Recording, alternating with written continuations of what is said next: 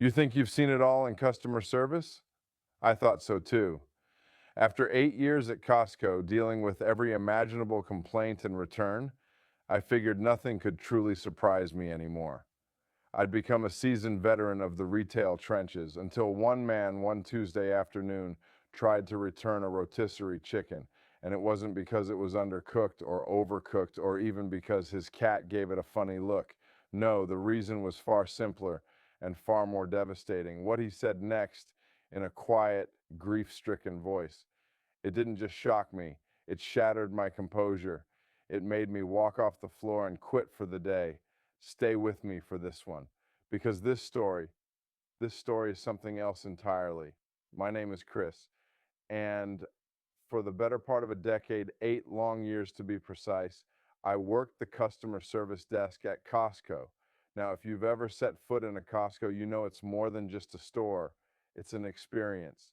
A universe of towering shelves, pallet sized bargains, and the intoxicating aroma of freshly baked goods and those famous 150 hot dogs. But the customer service counter, that was my little corner of this retail cosmos. It was a place where the mundane and the utterly bizarre collided on a daily basis. It's where you truly learn about people, their frustrations, their quirks, their occasional surprising kindness. In my time there, I'd seen things that would make your hair stand on end. I'm talking about people trying to return half-eaten birthday cakes because apparently the shade of blue frosting clashed with their party decor. I've seen someone drag in a clearly well-loved, mud-encrusted lawnmower after an entire summer of use, complaining it left a few blades of grass uncut. I once had a woman with a perfectly straight face attempt to return a bag of premium wild caught frozen shrimp because, and I'm quoting directly here, they looked at me funny before I cooked them. Yeah, that actually happened. We even had the infamous 9-year-old mattress return, a legend in our store. So my point is, my threshold for shock was pretty high. I thought I had developed an impenetrable shield against the endless parade of retail absurdities. I was wrong. So wrong. It was a Tuesday afternoon, usually one of the calmer days of the week. The sun was blazing outside, a typical summer day, but inside, the familiar cool air and the steady hum of the fluorescent lights created Costco's own climate-controlled reality. The store was busy, a steady, rhythmic flow of members pushing their often overflowing carts, navigating the wide aisles with practiced determination. I was in the middle of helping a woman return a giant, unopened bag of gourmet dog food because her prize-winning poodle, Fifi, had apparently decided overnight that she was now a vegan. Standard stuff, really. Just another Tuesday. Then I saw him approach the counter. He was a man probably in his late 50s, maybe early 60s. He was neatly dressed, a simple button-down shirt and slacks, but he had a weariness about him, a slight slump to his shoulders that spoke of a heavy burden. He wasn't pushing a cart, which was a little unusual for Costco. Instead, he was carrying a single, unassuming brown paper bag held carefully in both hands. And peeking from the top of that bag, I could see the distinct, familiar golden brown hue and the clear plastic container of a Costco rotisserie chicken. My first automatic thought was, okay, he bought it, got to the car, and changed his mind. It happens more often than you'd think. People grab one of those delicious smelling chickens on impulse, then remember they have dinner reservations, or they're not actually that hungry, or their spouse called with a different dinner plan. No big deal. He approached my station, his steps slow and deliberate, and placed the bag gently on the counter, as if it were made of fragile glass. He offered me a small, almost apologetic smile, but his eyes held a profound sadness that was immediately noticeable. "Excuse me," he said, his voice soft, a little raspy, like he hadn't spoken much that day. I'd like to return this." He slid the bag almost imperceptibly across the counter towards me. I reached for it, my hand instinctively moving towards the spot where the receipt usually lay. "Certainly, sir," I replied, my well-rehearsed customer service voice kicking in, smooth and professional. "Do you have your receipt with you?" He nodded, his movements still slow, and pulled a neatly folded receipt from his wallet. I glanced at it. A recent purchase, just from the previous day. Everything on the surface seemed perfectly normal. Another routine return. I opened the bag, a standard procedure to confirm the item and its condition, and it was indeed a rotisserie chicken. But it wasn't whole. About a quarter of the chicken was missing, just the breast meat it looked like neatly carved away. Now, this was a little out of the ordinary. Most people, if they're returning a food item, especially a cooked one, return it untouched if they've simply changed their mind, or if it's partially eaten, it's almost always because there was a clear, undeniable issue. It was spoiled, dangerously undercooked, or tasted off. I looked up at the man, a polite standard inquiry forming on my lips. "Is there something wrong with the chicken, sir?" I asked, expecting to hear one of the usual complaints. I was braced for a story about it being too dry, or not seasoned enough, or maybe even, heaven forbid, still raw in the middle. His answer, however, was nothing I could have ever prepared for, not in a million years. He cleared his throat, a small, nervous sound, and his gaze drifted past me, out towards the bustling, brightly lit aisles of the store, as if searching for words or perhaps an escape. "No," he said, his voice barely above a whisper, slow and thoughtful. "No, the chicken it was perfect." Perfect? My eyebrow probably did a little involuntary dance of confusion. "Perfect?" I repeated, trying to keep the surprise out of my voice. "Then I'm a little confused, sir. Why are you returning it?" He turned his eyes back to meet mine, and in their depths I saw a raw, unfiltered sadness that caught me completely off guard. It wasn't anger. It wasn't frustration or annoyance or any of the usual emotions I encountered at the returns desk. It was a deep, quiet, soul-crushing sorrow. He took a shallow, shaky breath, and then he said the words that stopped me cold.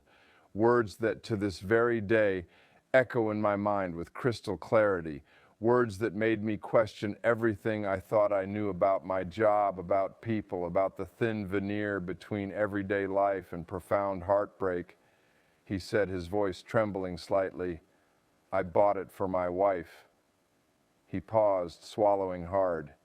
"She loved your rotisserie chickens more than anything. It was her favorite meal." Another pause, longer this time, and his voice dropped to a near whisper, so quiet I had to lean in to hear. "She passed away last night." Those words, they just hung there in the air between us, heavy, unbearable. My mind, usually so quick to process return codes, to calculate refunds, to navigate the labyrinth of store policy, just shut down. It was like someone had hit an emergency stop button on the entire universe. The bright, cheerful fluorescent lights of Costco suddenly seemed to dim, to cast long, somber shadows. The cacophony of shoppers' chatter, the beeping of scanners, the rumble of carts, it all faded into a distant, muffled hum. All I could hear, all I could focus on, was the quiet, profound, and utterly devastating sorrow in this man's voice, and the silence that followed. I looked down at the rotisserie chicken in my hand, this perfectly cooked golden brown bird, a staple of Costco, a symbol of easy dinners and family meals. Suddenly, it wasn't just a product anymore. It was a relic, a symbol of a shared ritual, a small, cherished joy, a poignant reminder of a life that was now, irrevocably, heartbreakingly, changed forever.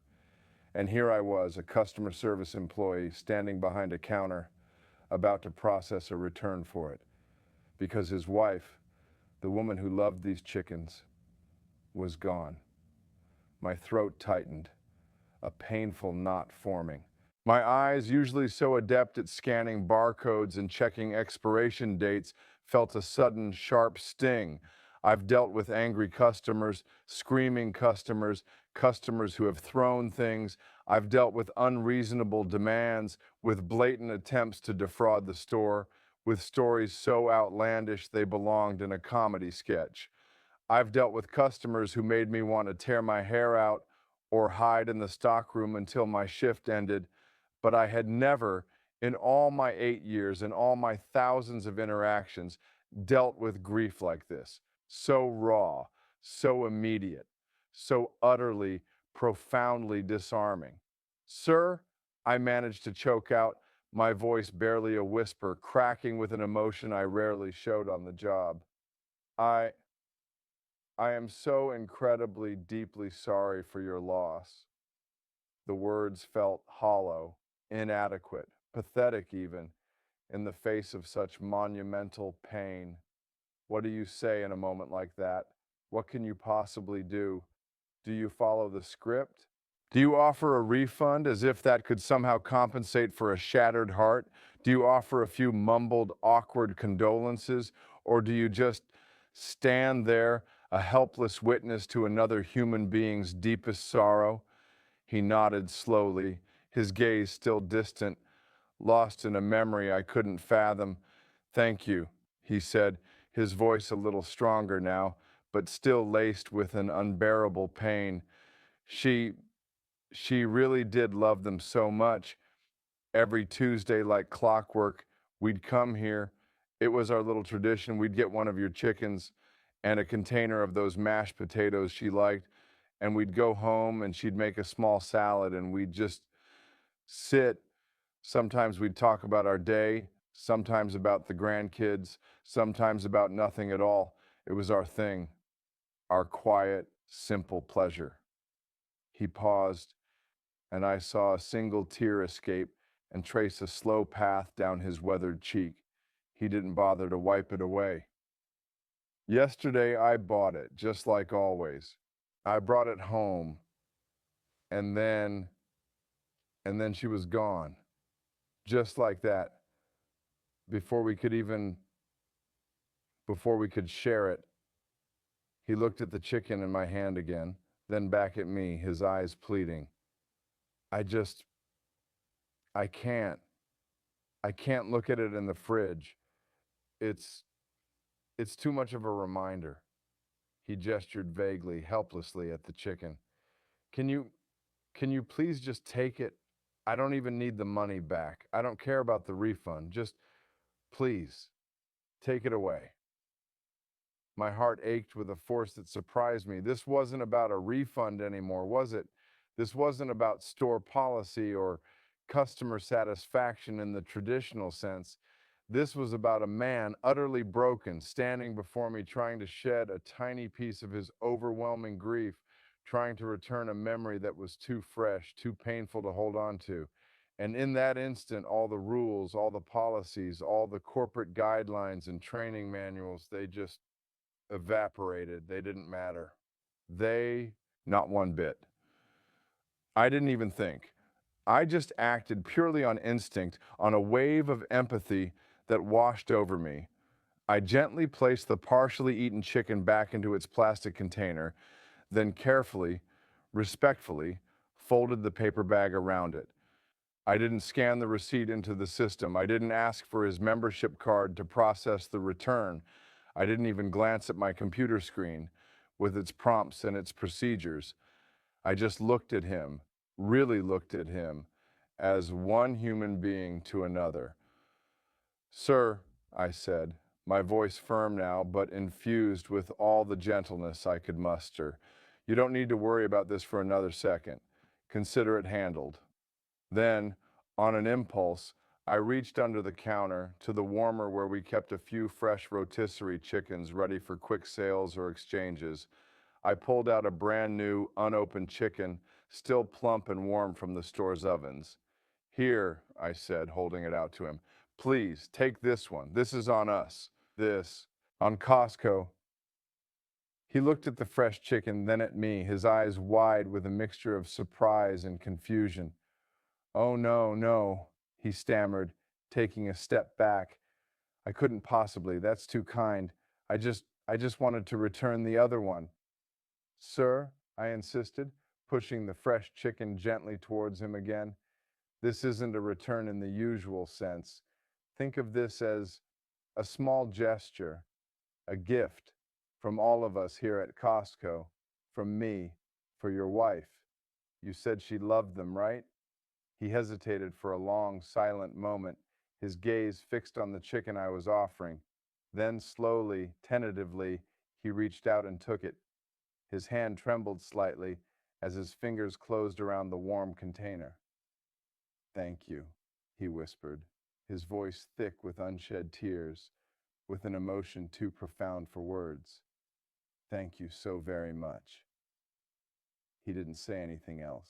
He just clutched that fresh chicken to his chest as if it were the most precious thing in the world, gave me one last, long, grateful look, and then slowly turned and walked away, disappearing into the bustling, oblivious crowd of afternoon shoppers.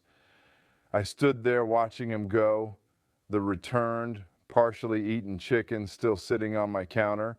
My hands were shaking, my eyes were burning, and that's when the full weight of the encounter hit me. I couldn't do it anymore. Not today. Not after that. That single brief interaction had drained every last ounce of my professional composure, of my ability to deal with the everyday trivialities of the job.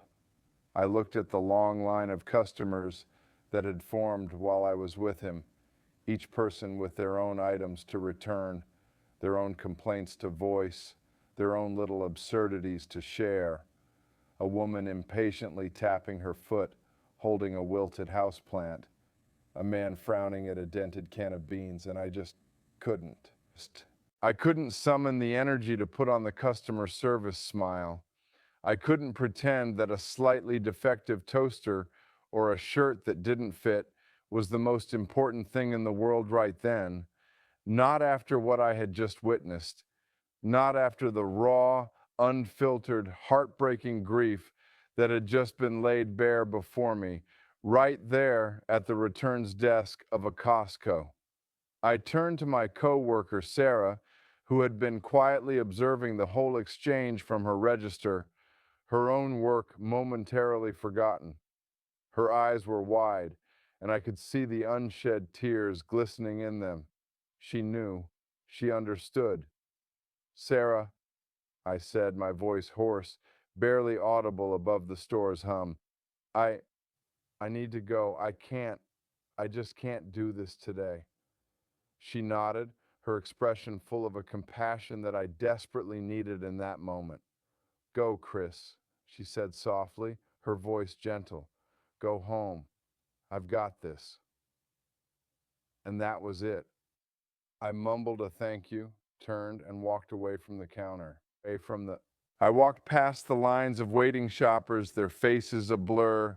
I walked past the towering aisles stacked high with mountains of products. I walked out of the automatic doors of Costco into the bright, indifferent afternoon sun, and I didn't look back. I just kept walking. My legs felt heavy, like I was wading through water, until I was away from the noise, away from the crowds, and I just stood there on the sidewalk, taking deep, ragged breaths, trying to process, trying to understand the enormity of what had just transpired in the span of a few short minutes. The sun felt different out here, almost too bright, too harsh. Or maybe it was just me, my senses raw and exposed. I walked for a long time that afternoon, with no real destination in mind, just letting my feet carry me. My mind was a chaotic whirlwind of thoughts and emotions. Customer service, rotisserie chickens, grief, loss, love, and the sheer, unexpected, overwhelming weight of human connection. found in the most unlikely of places. I eventually found myself sitting on a quiet park bench, watching children laugh and play on the swings, their joyful shouts a stark contrast to the heavy silence that had enveloped me. Their innocence, their carefree energy, felt like it belonged to another world, miles away from the profound sadness I had just encountered. I thought about the man, his quiet dignity in the face of unimaginable loss, his profound, unwavering sorrow, and that simple, perfect, now symbolic rotisserie chicken. It wasn't just a $5 meal anymore. It was a last meal that was never shared, a cherished ritual abruptly ended, a tangible piece of a life, a love story that was now irrevocably shattered. And I realized something crucial sitting there on that park bench amidst the everyday sounds of life going on around me. My job, my 8 years spent at the Costco customer service desk, it wasn't just about processing returns, scanning barcodes, and enforcing store policies. It was about people, with real lives, real joys, and as I had just so powerfully witnessed, real gut-wrenching pain. Sometimes hidden behind the most mundane transactions, the most ordinary requests, there's a story, a deeply human story. And sometimes those stories, those glimpses into the unfiltered reality of other people's lives, they hit you like a freight train. They shake you to your core. I didn't go back to work that day or the next. I called my manager, Dave, later that evening. He was a good guy, usually all business, but he had a heart. He was surprisingly, wonderfully understanding. Chris, he said, his voice softer than I'd ever heard it. Sarah told me what happened. Don't you worry about a thing. Take the rest of the week off. We'll manage just fine. He didn't ask for details. He didn't question my decision to walk out. He just understood. And that in itself, that small act of managerial grace, was a comfort. The next few days were a blur of quiet reflection. I spent a lot of time just thinking about the man whose name I never learned, about his wife, whose favorite meal was a simple Costco chicken, about the fragility of life and the suddenness with which it can change, and about how, even in the most unexpected commercialized places, you can encounter moments of profound, unvarnished humanity. When I finally did go back to work a few days later, everything felt different. The fluorescent lights still hummed their monotonous tune.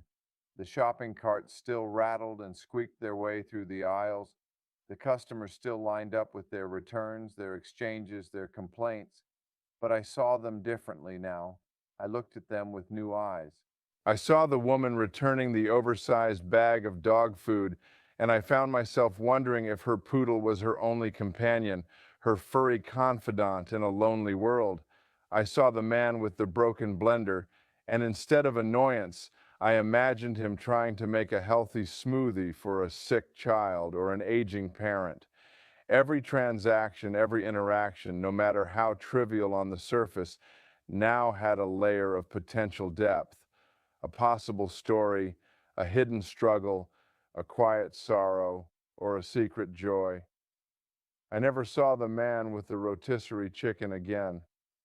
I often wondered about him. I hoped he found some measure of peace, some way to navigate his grief. I don't know his name. I don't know what happened to him after he walked out of the store that day, clutching that fresh chicken. But his story stayed with me. It burrowed deep into my heart. It changed me. It reminded me in the most powerful way possible that behind every complaint, every strange request, every seemingly absurd return, there's a person, a human being. And that person has a life, a history, a heart full of experiences I know nothing about. And sometimes all they need, all any of us really need, is a little bit of understanding, a little bit of empathy, a moment of genuine human connection, even if it's just from a guy behind a customer service desk at a sprawling warehouse store. That day, I didn't just process a return or give away a free chicken. I witnessed a moment of raw, unfiltered human grief. And in that moment, I learned more about life, about compassion, about the things that truly matter than I had in all my previous years of dealing with broken blenders, ill-fitting clothes, and saggy mattresses. It was a stark, unforgettable reminder that even in the most commercial of settings, amidst the hustle and bustle of buying and selling, humanity finds a way to shine through. And sometimes it shines so brightly, so unexpectedly, it makes you stop in your tracks and just feel.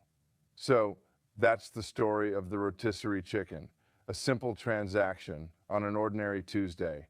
But it became a profound moment, one that I'll carry with me always.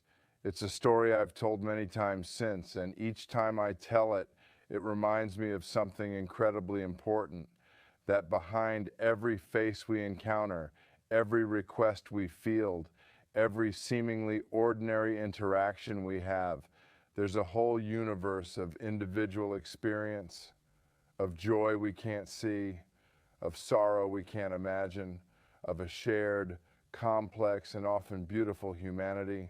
And sometimes our job, whatever it may be, whether we're a CEO or a cashier, a doctor, or a delivery driver, isn't just about the task at hand, the product to be sold, or the service to be rendered.